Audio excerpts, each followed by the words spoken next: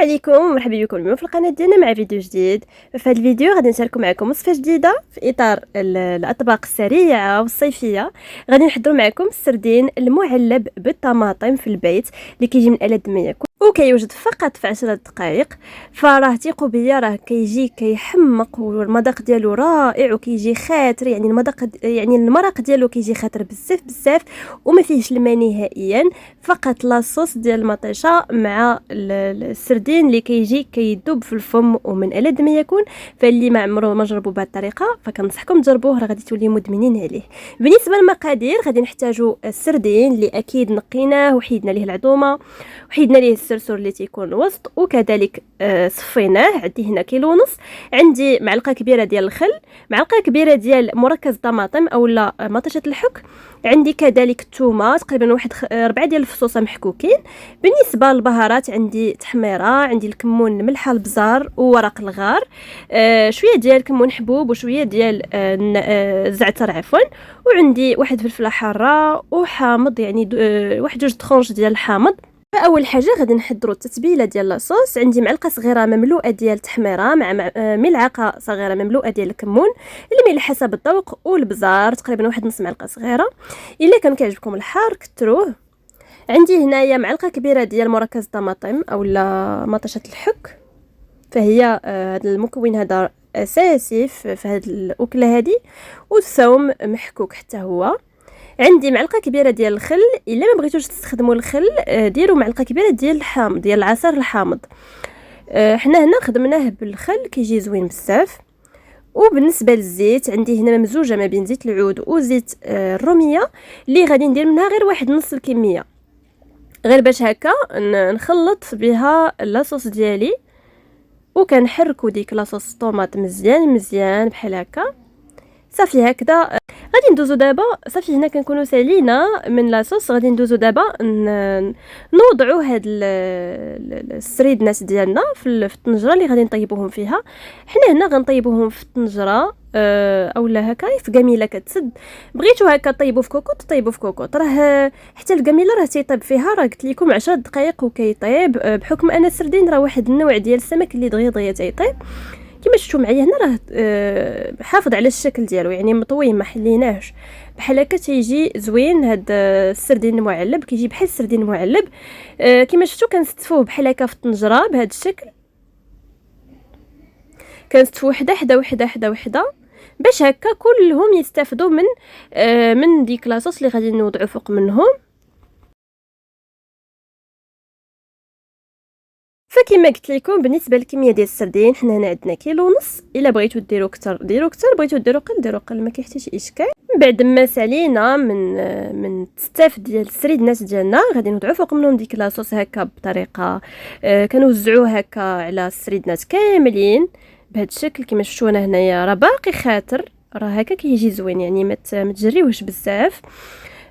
هنايا هذاك الشيء اللي بقى في الطبسيل غادي هكا نخوي فوق منه ديك الزيت اللي بقات ليا من داك الكويس. هذاك الكويس راه غير كاس ديالها تاعي الصغير، ماشي كاس عنبه وما عامرش، يعني درنا واحد اكثر من نص كاس شي شويه، يعني كاس قل ربع ديال الزيت مخلطه ما بين زيت البلديه وزيت الروميه.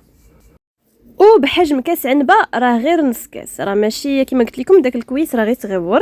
كما شفتوا هنايا كان داك الزيت اللي خلطناه مع البقايا ديال لاصوص كنخويوها من فوق من السريدنات ديالنا بشكل متساوي، ومن الفوق تنوضعوا داك ورق الغار اللي شفتوا معايا في الاول، وغادي نرشوا عليه هكا شويه ديال الزعتر وشويه ديال الكمون حبوب. كيجي زوين الكمون حبوب كيوافق جميع انواع ديال الحوت اولا ديال السمك، والزعتر كينسم لينا بواحد الطريقه زوينه بزاف. هادو تيبقاو في اطار المنسمات الا ما بغيتوش ديروهم بلا ما ديروهم. ودوك لي دو طرونش ديال الحامض وفلفله حاره. هنايا غادي نزيد نقطع واحد جوج بحكم ديك الفلفله راه ما حراش بزاف، هادو اللي عندنا هنايا في الجرده هما اللي كيكونوا حارين بزاف. بالنسبه اللي كيعجبوا الحار وكتعجبوا الهريسه يضيف الهريسه مع لاصوص الطوماط. حنا هنا ما درناهاش بحكم ان ما كيتعجبناش هكا المذاق ديال السردين مع الحار. اللي بغى يديروا ما كاين حتى شي اشكال. كما شفتوا هنايا من بعد ما بدا المرق تيبقبق بحال هكا، قلت نصوروا لكم هذا المنظر الزوين. راه ما درناش قطره ديال الماء، ما درناهاش نهائيا، وكنخليوه هكا كنسدو عليه تيطيب مده 10 ديال الدقائق كما قلت لكم، وتيطيب على نار متوسطه، ما تكونش عاوتاني ناقصه بزاف وما تكونش مجهده باش هكا يطيب على خاطرو. وهكذا كيكون الفيديو اولا الوصفه كتكون سالات. شوفوا معايا راه شي حاجه اللي سهله بزاف وسريعه في دقائق، بحال هاد الوصفات اللي كنبغيو هكا في فصل الصيف، ما كنبغيوش نبقاو هكا جالسين تنطيبوا يعني دوك الاكل الثقيله واللي كياخذوا منا وقت كتير. كما شفتوا معايا هنا من بعد ما طابت، راه هذيك راه غير المرق، راه غتشوفوا معايا باللي راه اون فوا غادي نحيد هذاك السريدنات راه غادي تهبط، راه يعني ما ميهاش بزاف. شوفوا معايا هنا غادي نحيد الفلافل باش هكا نجبد السريدنات.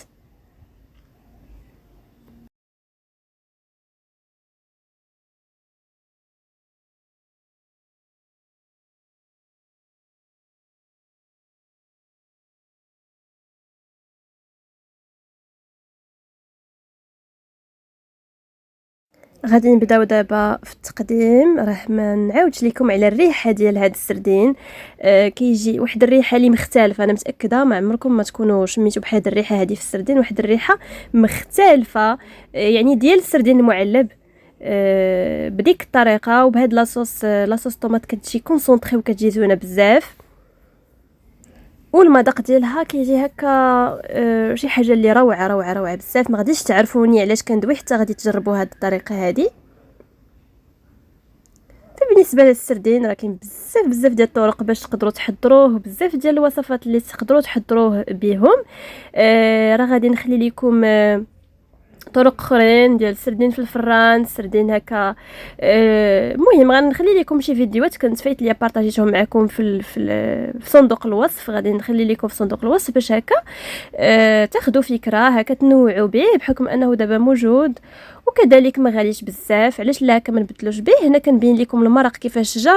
راه كما شفتوا معايا راه غير في الاول بان لكم هكا فيه المرق بزاف، راه غير السردين اللي مطلعوا الفوق. كما شفتوا معايا راه كيجي خاطر وكيجي رائع بزاف، كيجي زوين. هنا ما قدمناش الكميه كامله بحكم انها كثيره، قدمنا غير واحد الكميه اللي صغيره.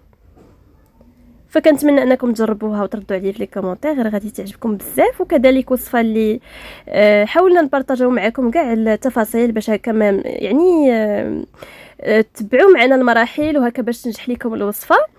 وانا متاكده 100% غادي تنجح لكم وغادي تجيو تشكروني في لي كومونتير، بحكم انها غادي تعجبكم بزاف. كما شفتوا معايا كنقدموا هكا مع دوك الحامض اللي مع داك لي ترونش ديال الحامض اللي طيبناهم معاهم ومع الفليفلات. وهكذا كيكون الطبق ديالنا وجد اللي كيجي من ألذ ما يكون. كنتمنى انكم تكونوا استفدتوا معنا من هذا الفيديو، وكنصحكم انكم تجربوها. راه شي حاجه اللي في دقائق الا شفتوا معايا. هكذا كتكون الفيديو ديالنا ديال اليوم سالات. ما تبخلوش علينا بلي كومونتير، خليو لنا الاراء ديالكم. شوفوا معايا هنا غادي نقسم معكم وحده. شوفوا معايا كيفاش كتجي، راه رطبه دغيا تقطعت ليا، والمرق كذلك لاصوص كيفاش كتجي خضره.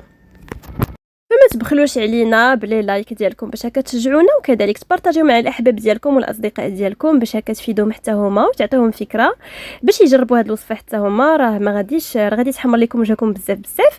واللي باقي ما شاركش القناه يشترك، ونتلاقاو ان شاء الله مع فيديو جديد.